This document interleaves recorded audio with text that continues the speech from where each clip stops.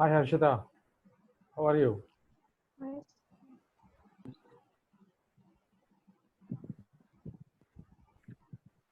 Where are the rest of the students? so they are coming.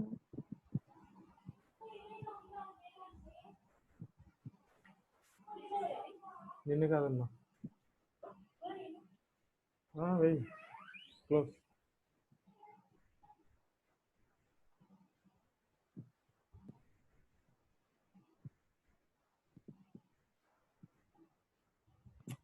Still going on. Okay. Okay. Will they come or not? Yes, sir, they will come.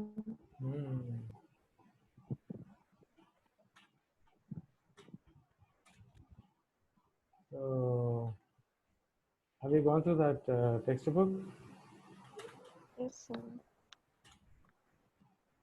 So we have many things to talk. I don't know. So, Vinod has come now. We know that. Where is this? Today we'll finish that concept.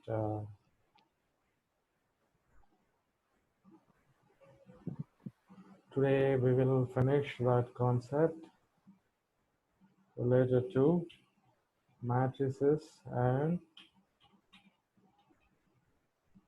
we'll finish that. And we'll finish the concept related to matrices, arrays, lists, and data frames. Then we have to go to the functions and strings. Or shall you?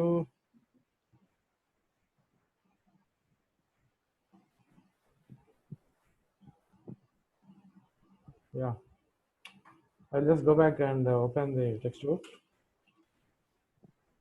By the way, where am I? Is it going on recording?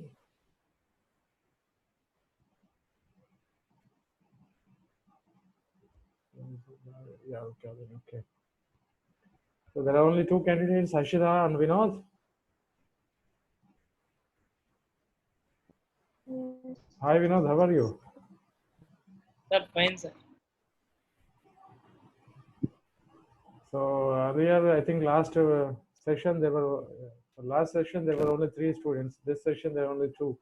We have only 40 minutes of time. That is what is my worry. We have to finish everything within that 40 minutes. Did I open this? So guys, are you going through that textbook? Sir. Have you read that textbook?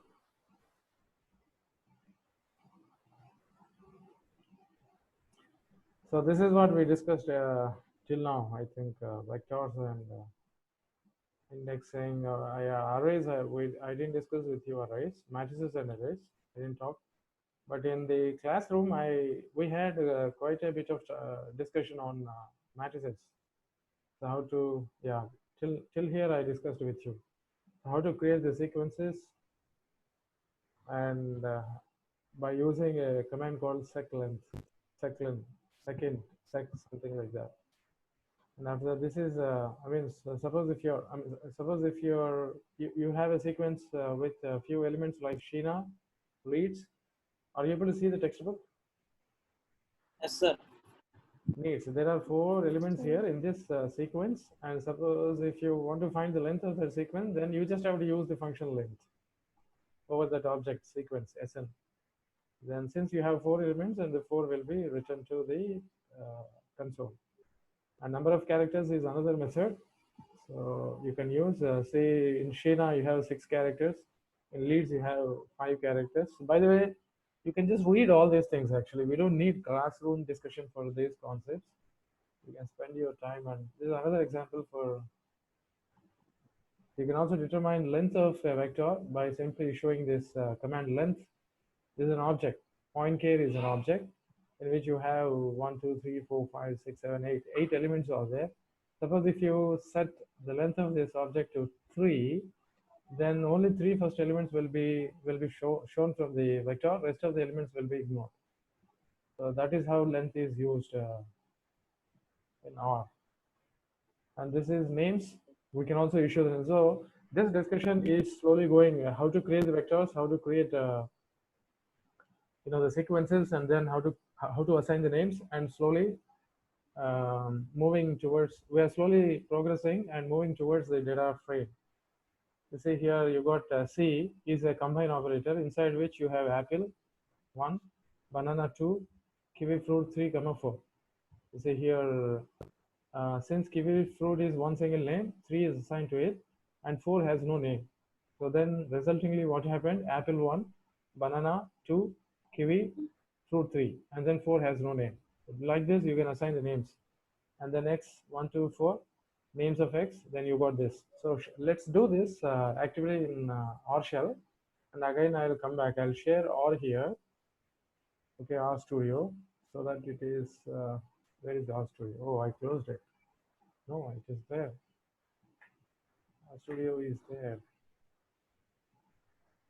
Where is RStudio? Here, yeah, RStudio. Now let me follow this. I think I should be having your data set, earlier data set. Anyway, we don't need that data set. I'll just be copying the functions from here. Let me use this function. Now this is something interesting. I'll just create an object with the x, I mean having 1 to 4, and then I'll try to assign the names. Usually we don't assign the names. Names will be there. Whenever you have the data set with you, I think Pravalika has come now. Whenever you have the data set, you will be having names to that data set. You are not going to assign the names. But whenever you make your own data set or you simulate data sets, then you need to assign some names. So here, in the same fashion, I'm just going to do the activity as it is explained from the textbook. 1 2 4. Now names of x, then left assignment operator C. You have to use this C operator. Then only it is possible for us to, now you can just call apples, and call, no, I just write my own names, banana, and then orange, and then you go for some lemon. Now 4 names are over, right? Now when you press X, you see you got a data set. So it's simply like you can go for data frame. Suppose you want to, it is not there in your textbook. I'm just telling you on my own, X. If you use this, you will find in a vertical way. I mean, this is horizontal. You have 1 apple, 2 banana, 3 oranges, 4 lemons, something like that. So this way you can assign names and mimic that vector. So whenever you assign the names, then that vector is will appear just like a data set.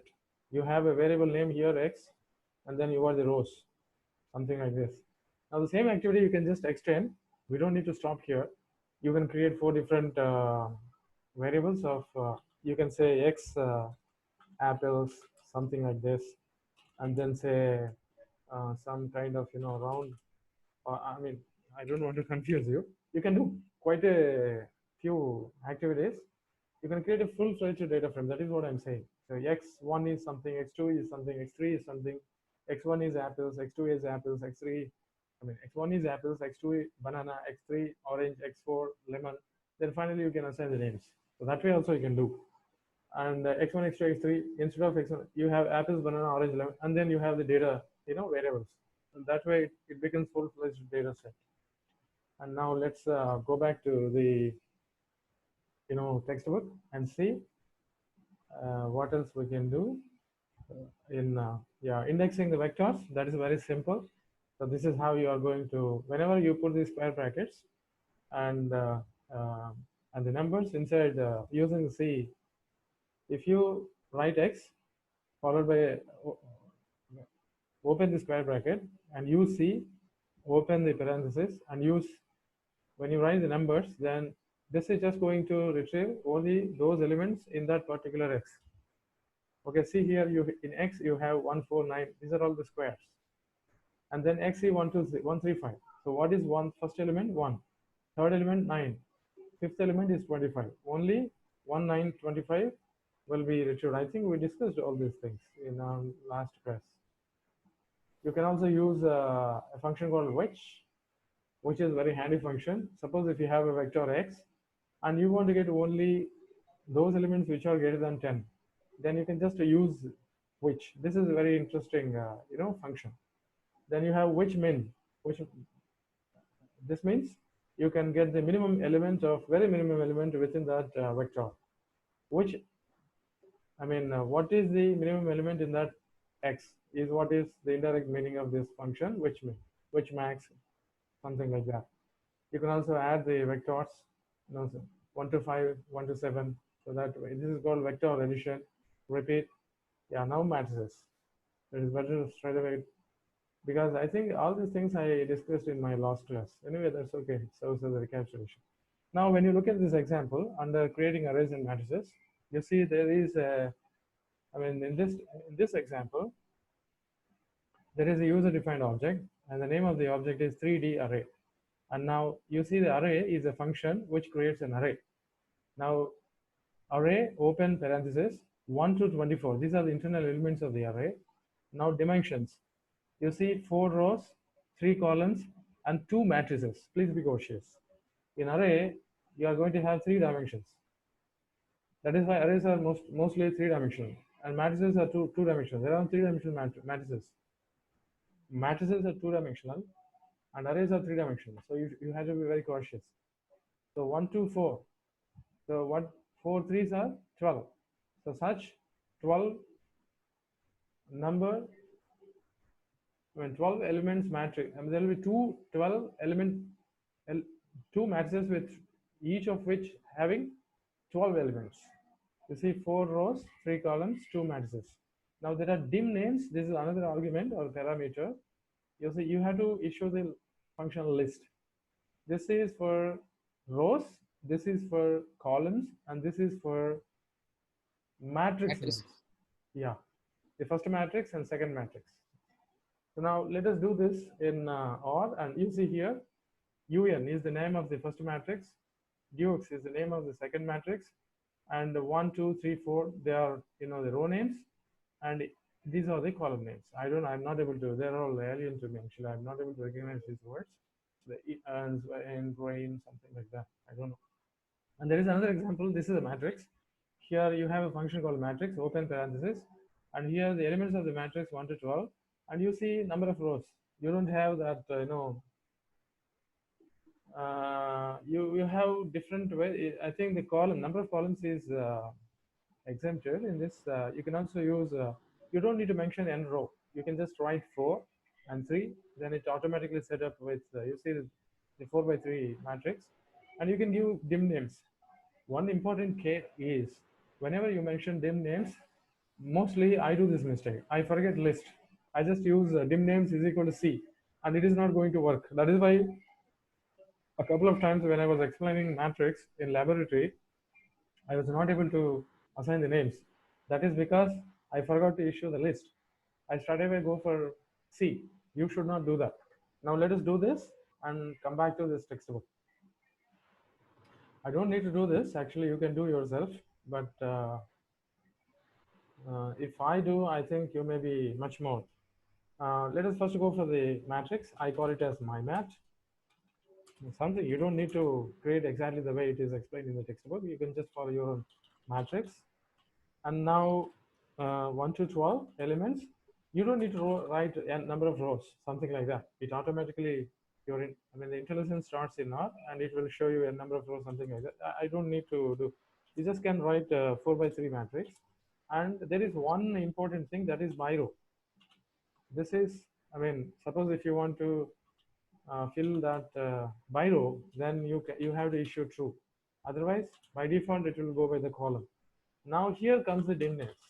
You have to be very cautious here. It is list. Please be cautious. C. Now I simply call it as X1. I think we have 4 rows, right? So 4 rows. We'll just give. Shall we give 1 to 4? That will be more meaningful. 1 to 4 list, and then C. X1 columns. We need to have names. X2. And then I think 3 columns we have, X3. Now let me press enter. I think we forgot one more. MyMat. You should be. You see, you have row numbers 1, 2, 3, 4. I didn't give names. Please be cautious. In textbook, it was mentioned names. You can just write one. That is meaningless. You don't do that. Most of the time, the row numbers will be, there will be an index number for the rows. In computer science, even in database, we have ID. ID is actually a serial number. So you have first row, second row, third row, something like that. And for variables, you have x1, x2, x3. So this is how you can create matrix. Suppose if you don't know what is a matrix, you can just use help matrix. Then you will, help server starts in the right bottom pane.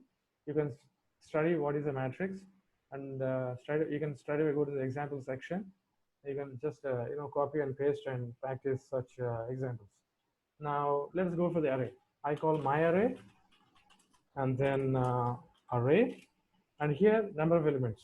We are going to design two 12 element matrix, which means 24. 1, 2, 24, and then you have dims, right? I think it should be dims. I forgot. Is it dims or yeah, dim? Just dim, not dims. Dimensions. Yeah, dim. We have 4 by 3 columns and then 2 matrices, and then here dim names. Here we have to take care of 3. There will be 3 dim names. Sorry, not is equal to list. This is what the mistake that most of the time we do. We have to issue this. The row names will be 1 to 4, and then column names, as usual, I will just give x1, x2, x3, something like that.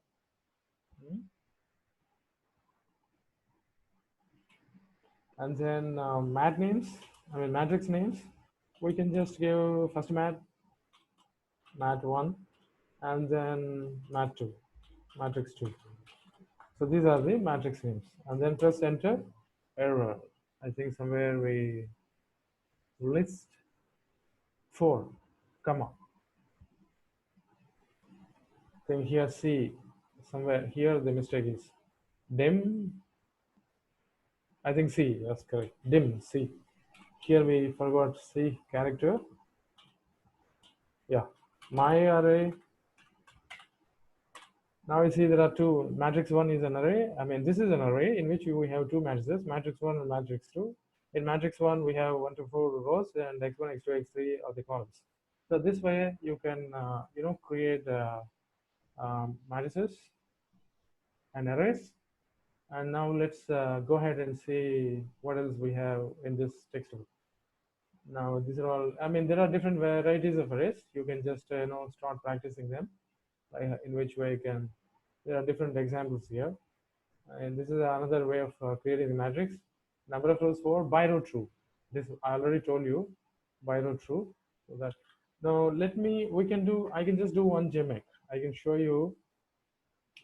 So you can just play miracles with the help of this. Actually, vectors and arrays we don't use most of the time in data analysis. But even in programs, is there anybody, new people? No, only 3 people. Even in when we write the programs, we don't use arrays and vectors, but we use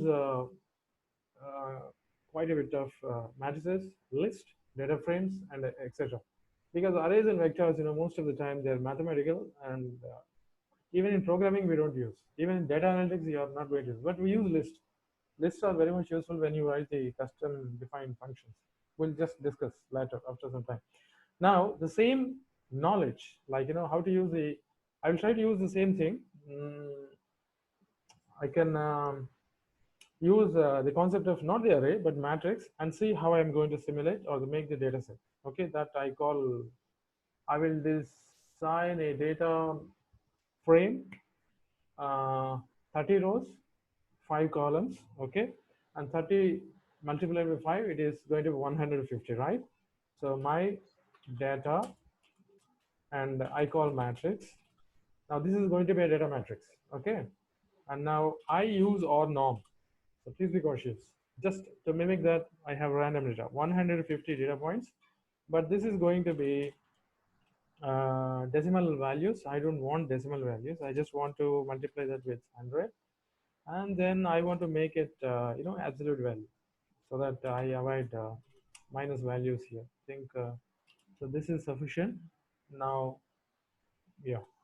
Now the order is going to be 30 rows and 5 columns, and then dim names.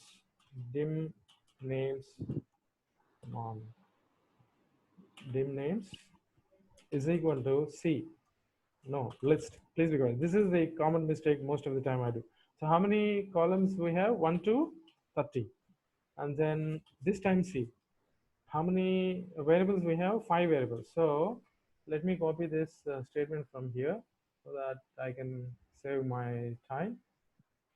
I just two more columns I need to x4, add x5. See, now I think we got everything. Oh, I think we lost one more. Yeah, no, somewhere we did the mistake. Can press, see, my bracket starts here, and I mean parentheses round ABS till here. I think it's okay. This ornum is going to end here. Absolute is going to end here. Ornum, absolute. Okay, round then. It's correct. I think we lost one more. I think now it is okay. Round, absolute, ornum. Ornum is going to end here. This is for round, absolute, and this is for round. I think we don't need this. No, this is not required.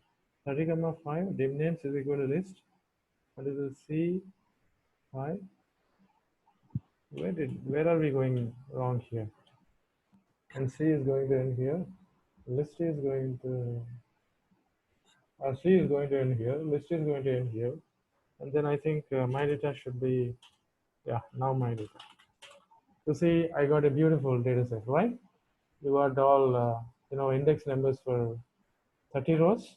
And then the first variable is, now we can, if you don't try to understand this x1, x2, x3, you can also use a particular function called call names. What is this? Call names. And then this is my data. And you can assign some valid names like, age, you can call salary. And then you see for third one, maybe you can call some kind of salary, maybe education. No, it's a meaningless, but family kind of thing. It's not exactly, but I am just trying to write like that. Third one, can we take gender? Can be, but my data. You see, you got names. Now it looks exactly like a data frame. So this matrix, whatever we are discussing, I'm just explaining in this session. It is not as simple as it is. Okay, you can do really miracles using these functions. But arrays, I just did the entire this activity only by using this very simple function matrix. But I didn't use array. Arrays, most of the time we don't like. It may be useful when you go for the advanced, like you have a covariance matrix and correlation matrix, and both of them is with the same order. Both covariance matrix and you can assign covariance matrix to one matrix and correlation matrix to one matrix and compress both of these matrices, covariance and correlation matrix, into an array. That can be a kind of example. But doing this activity is not as simple as I'm talking. That in action, they're all very difficult. So this is how we can make use of these functions, especially matrices. But I will not be able to explain you the array in action. Maybe in future, you just have to know that there is a method called array in which we can throw different matrices and keep as a single container kind of thing. Okay, now, yeah, same thing, like, whatever I discussed with you in that is explained here. And this identical and all, don't worry, you just don't need to, I mean, here actually there's an example like, is it n row and n row in lower and upper case, both of them are identical, or that's just a meaningless example. Just don't read that. You have rows, columns, and dimension names, row names, column names, something like that. You can set row names with a command called row names. You can set column names with a command called call names, and you can do all those kinds of activities. You can also index arrays. You see, just like this, a matrix This is actually the not the array, but a matrix. In matrix, you see here, whenever you use square brackets, you are just trying to uh, put a particular theory in action. That is called indexing. So you want to put this indexing in action, then you need to use these square brackets. So whatever the number just before, excuse me, I think my laptop, oh my God, it's going down. If I disconnect, I'll come back once again.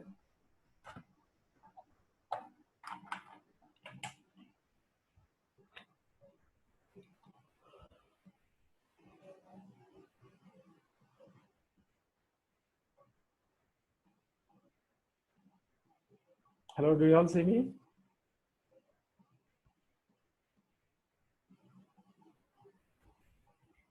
Hello, do you all see me?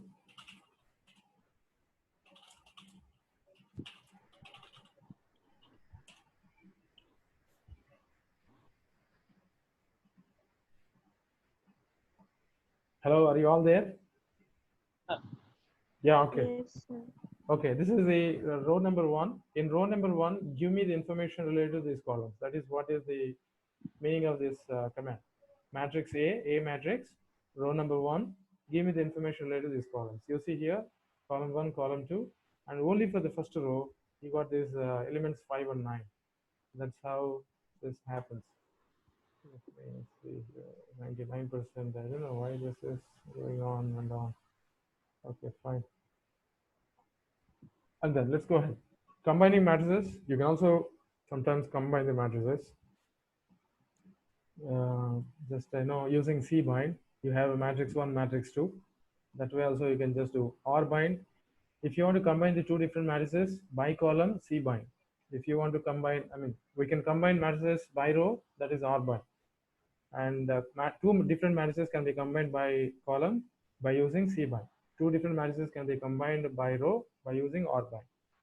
And then array arithmetic, you can just do, it's not an array exactly, there are matrices. In this textbook, the matrix and array, both of them used interchangeably, but we cannot do that. It cannot be, arrays are different from the matrices. There's a lot of, this is T. T stands for the transpose. You can,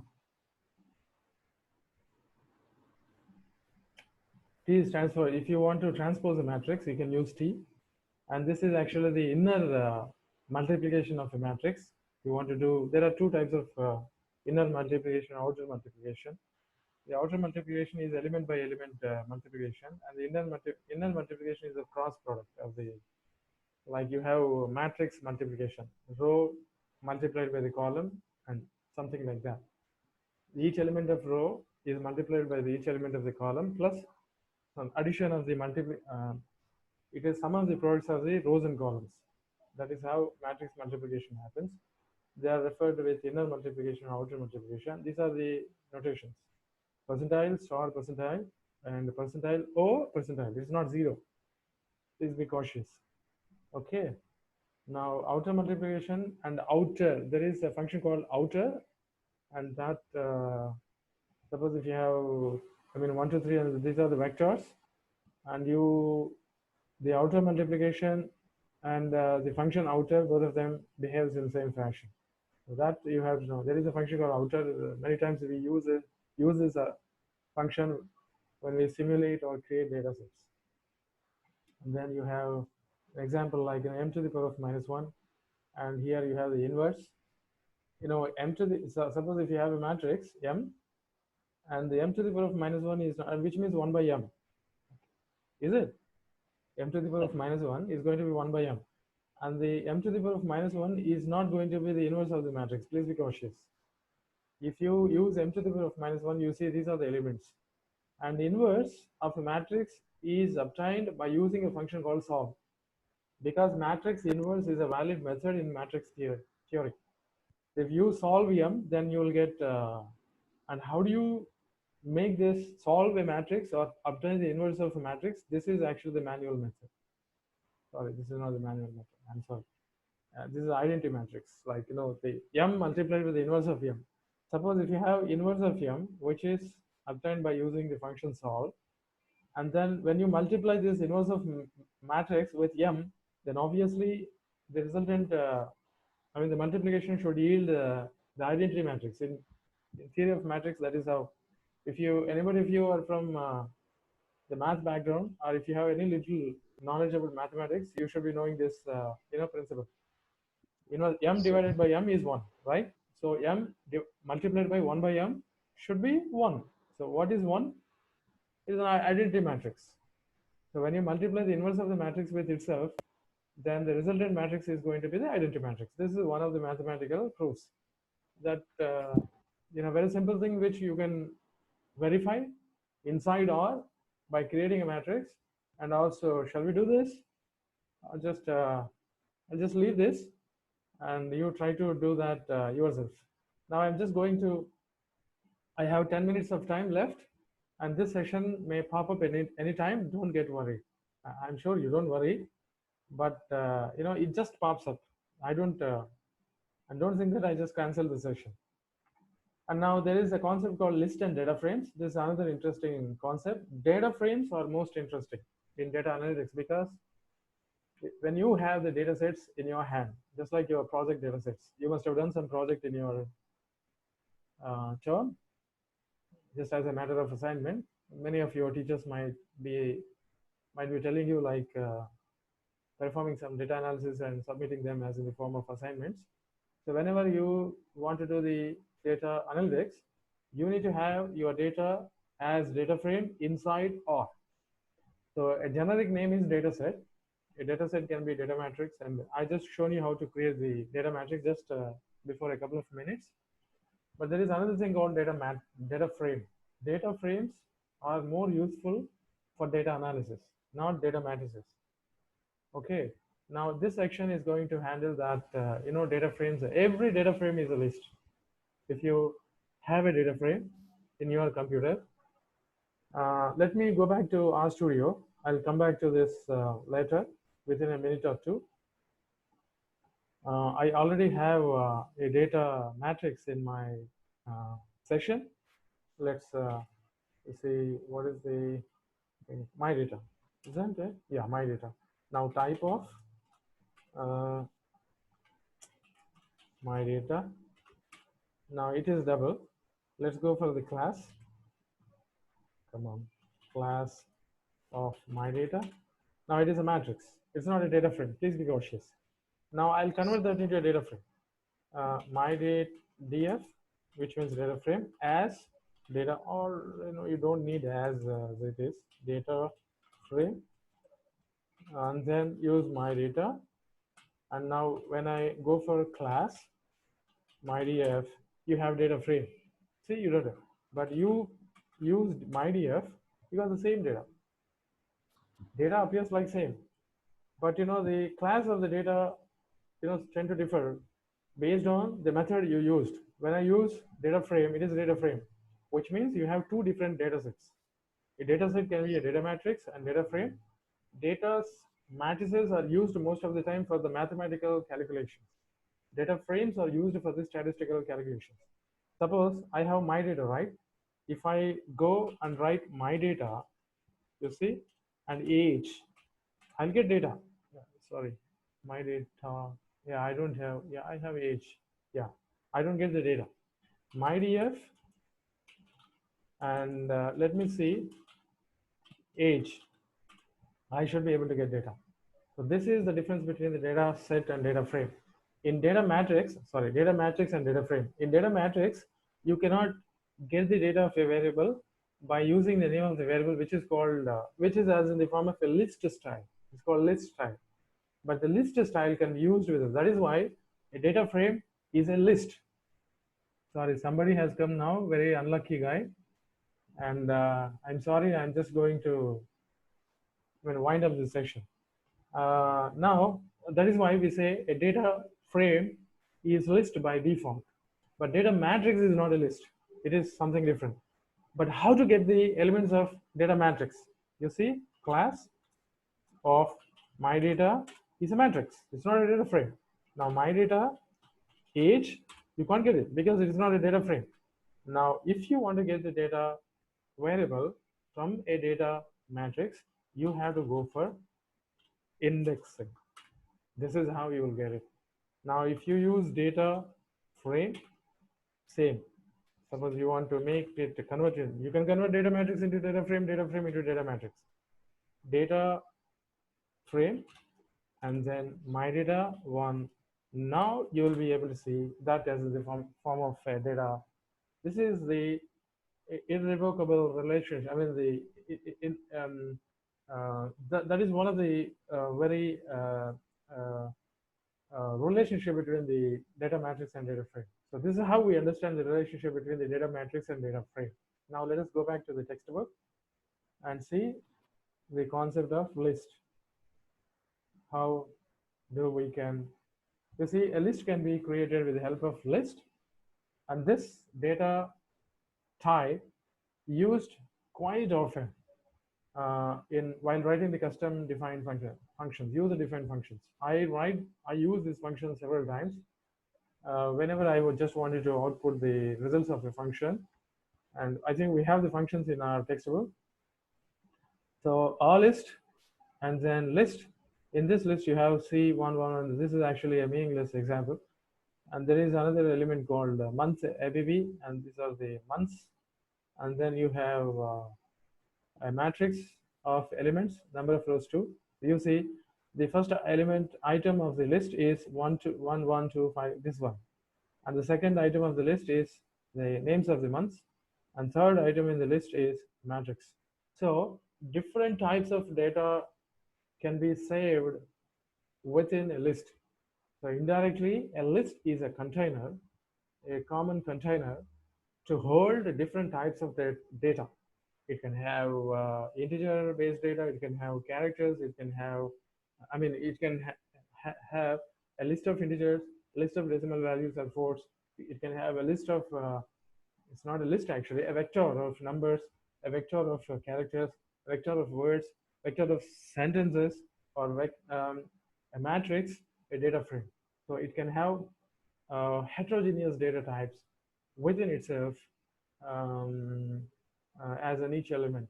That is the utility of this function list. Okay, let's go ahead.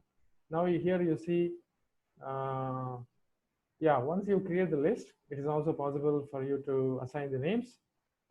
Say for this item, there is a name, something like, you can just, this is item A, this is item A. Whenever you create the list is accessible only by the index number. So this is how the lists are accessed. I mean, the elements inside the list are retrieved. The very square bracket, within the square bracket, and then name of the, I mean, the index number of that particular item. You see 1, 2, 3. This is the first item in the list. Second item is, you can also convert that into names. That is what is the meaning of, once you have the list, you can assign the names. Just like in arrays, we assign the names for 2 different matrices. You see the first item of the list is something catalan, months, involuntary, and something like, bullshit names. Don't worry.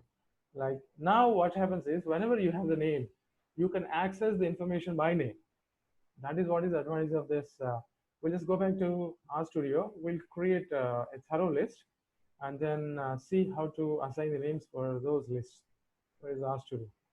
Now I will not follow the textbook. I will be following my own and this is going to pop up at any time. Please be cautious. Now my list, I call my list LST, and then this is going to have 3 different lists. Can I go for, okay, I think it is better to create a script and use this inside the script, because I want to organize this list in a bit understandable manner. Now I open the bracket. I mean, it's not a bracket actually, parenthesis.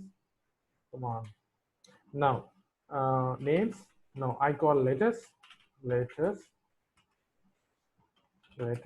and here I just assign letters.